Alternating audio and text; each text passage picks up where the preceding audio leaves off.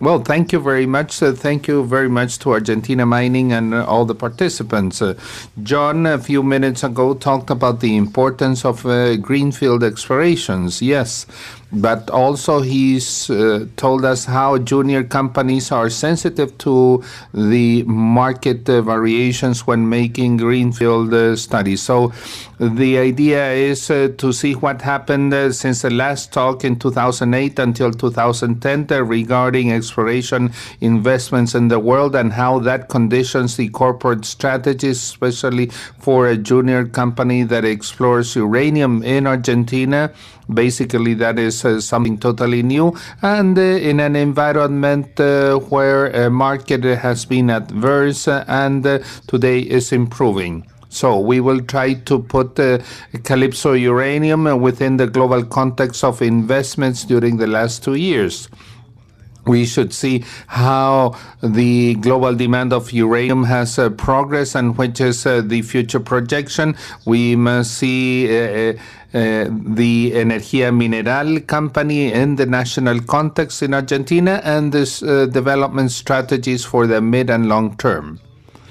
First, we must say that Calypso uranium is dedicated to the uranium exploration, with its main interest in Argentina through Energía Mineral. This is a company that it started explorations in Argentina in 2005, some 5 years ago. And currently we have approximately 430,000, 450,000 hectares for exploration in high potential zones, many of them recognized or surveyed in former times by the Argentinian Atomic Energy Commission.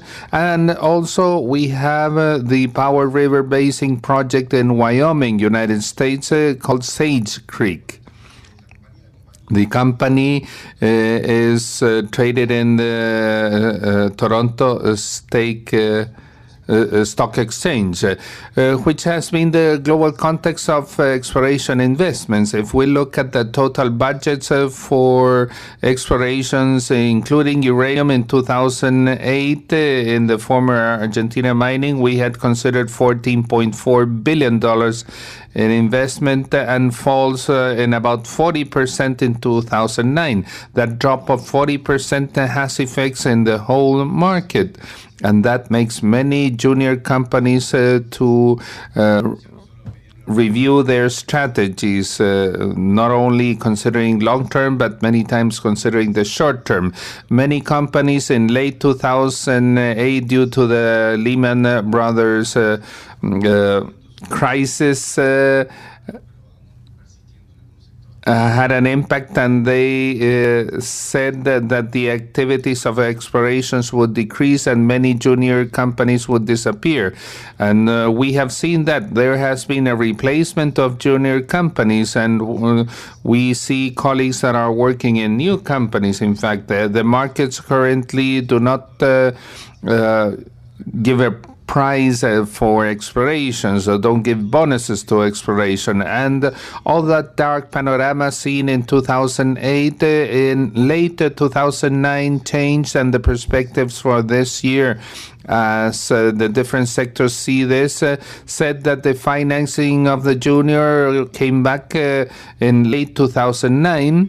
But still, it is still difficult to attract capitals for grassroots exploration projects. That talks about careful optimism, really, in the market. What we are doing in grassroots or greenfield projects is an activity that we're still careful about. But let's see about uranium exploration. Uranium is not a very well-known commodity, and that's why I added this slide.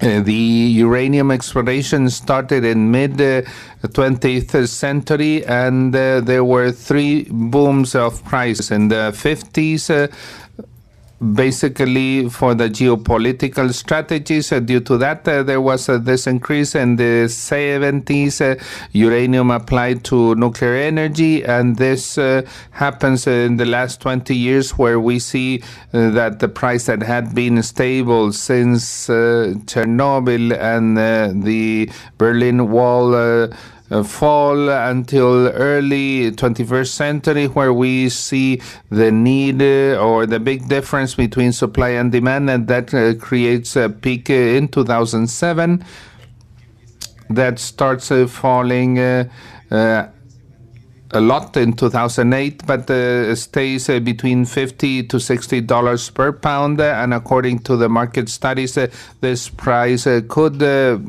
be maintained for the next 2 or 3 years. These were the investments.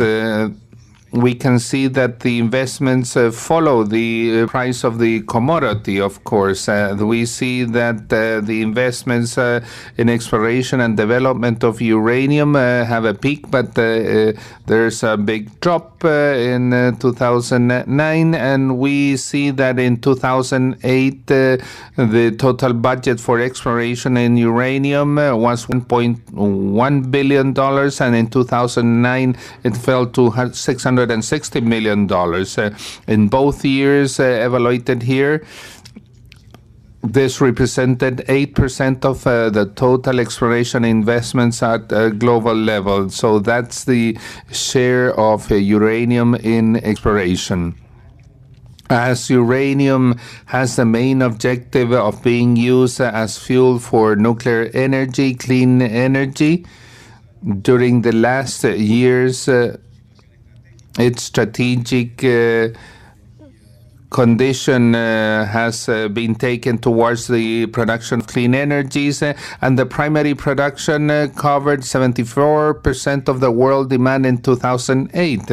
In the 2 or 3 former years, it was 50 to 60%. So there's the production still doesn't cover the world demand that is covered by stockpiles or strategic the reserves in countries recycled from nuclear power plants. There are 436 nuclear power plants in operation, and there are more than 50 reactors that are being built today. There's an increase in the capacity of generation of the plants, and there's an extension of their duty life. In fact, the duty life of the Embalse power station in Argentina was extended this year. Which are the projections? There are more than 130 power plants planned, and 250 more power plants proposals. And how long will those power plants will take to be built? In the 80s, there were 218 power stations built, representing 1 power station every 17 days at that date. So the market can grow if it is required, but also the demand growth will be much higher than the production growth. And this tells us that the demand will increase in 78% in the next years. But there are people that are more careful regarding this positive view, and they say that the growth of nuclear energy is sustained, but it is not a dramatic growth as it happened before. Also, they see that there's an increase in production, basically in Kazakhstan and Namibia, where there's a 78% coverage, and Kazakhstan increased 26% its production in 2 years. Those growths are not sustainable in time. With respect to what is considered as something negative in the market is that the increase in the demand that it has been seen in 2009 is not transferred to prices. China doubled the purchase in 2009 and the prices didn't change. The markets are focused on copper, gold, and oil, basically. In the current environment, it is still difficult to finance grassroots explorations. What happens in Argentina with respect to uranium exploration? Argentina has a high geological potential, mainly in sedimentary basins, and this potential must still be developed because, as we said, the private companies have only some years of working in the country, and they had been in the hands of the National Energy Commission in the former years. So there's an under-exploration and there are high probabilities. We were talking with Luis and Alberto de Luca last night regarding how many exploration meters were dedicated to uranium during the last 60 years in Argentina. Perhaps 300,000 meters drilled. If we compare that with the meters drilled in 2009, it's less than half. There were 500,000 meters of exploration drilled in 2009. So we are far from the target for exploration in uranium to transform the country as a high exploration of uranium resources. And there's potential for new exploration models. The in situ recovery mining could be used because of its environmental aspects. This is very welcome. So Argentina is a good country to develop the in situ recovery. If you don't know what the in situ recovery is, in our own stand we have a model to show what it is about. In the U.S., this is the most common type of deposit found in uranium mining. But we have to be careful because the participation of private investments is something new. And as is new, there are doubts, there's lack of experience, and it is necessary to create an interaction with the governments, with the other companies to position the uranium exploration within the context of the mining exploration in our country.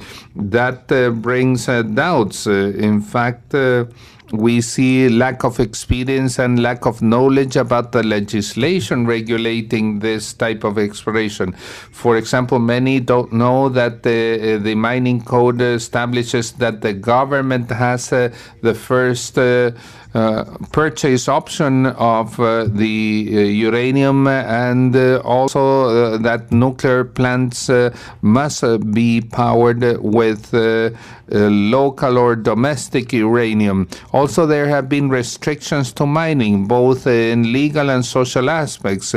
Those provinces that have put obstacles to the developments and the social hurdles exist in some provinces also. Also, we see that there are administrative delays, both legal and technical delays. Sometimes the evaluation of the environmental impact for uranium is something very difficult. They consider that uranium is more detrimental for the environment, and that causes delays indeed. So, which would be the strategies in that area for a company that wants to explore uranium in a country as Argentina, and being a junior company that depends on the markets, we evaluated different possibilities. One, first to advance alone. In other words, we use our own resources and we go to the market to look for further resources to be invested in explorations. But in grassroots projects are not well seen in the market yet. Therefore, to make it sustainable through time is very difficult, and there's a big dilution for obtaining resources. Another strategy could be the merger between companies. That has been seen a lot. It is being seen today. The idea is to merge companies to join efforts and to have a more important structure. Corporate structure in Argentina, for example, all the projects are greenfield projects, so we would be gathering similar things. And finally, we have the strategic partnerships. That means to try to join an experienced corporate group with financial capacity in the middle and long term, and that represents a dilution, but however, you would be working with somebody that could take a project to be successful in the mid and long term. That's why in mid-year, Calypso Uranium signed a letter of intention with Cameco, one of the largest uranium producers at global level. This is an effort that is still in progress, and this agreement will allow to give a projection to these uranium projects in Argentina. For a junior alone, that could be very risky in fact. So, as a conclusion, the world and local scenario after the crisis of 2008 has conditioned the exploration junior companies, particular to those that explore uranium, and that has taken them to consider new strategies for funding and exploration to maintain themselves in the market in the mid and long term. That's all. Thank you very much.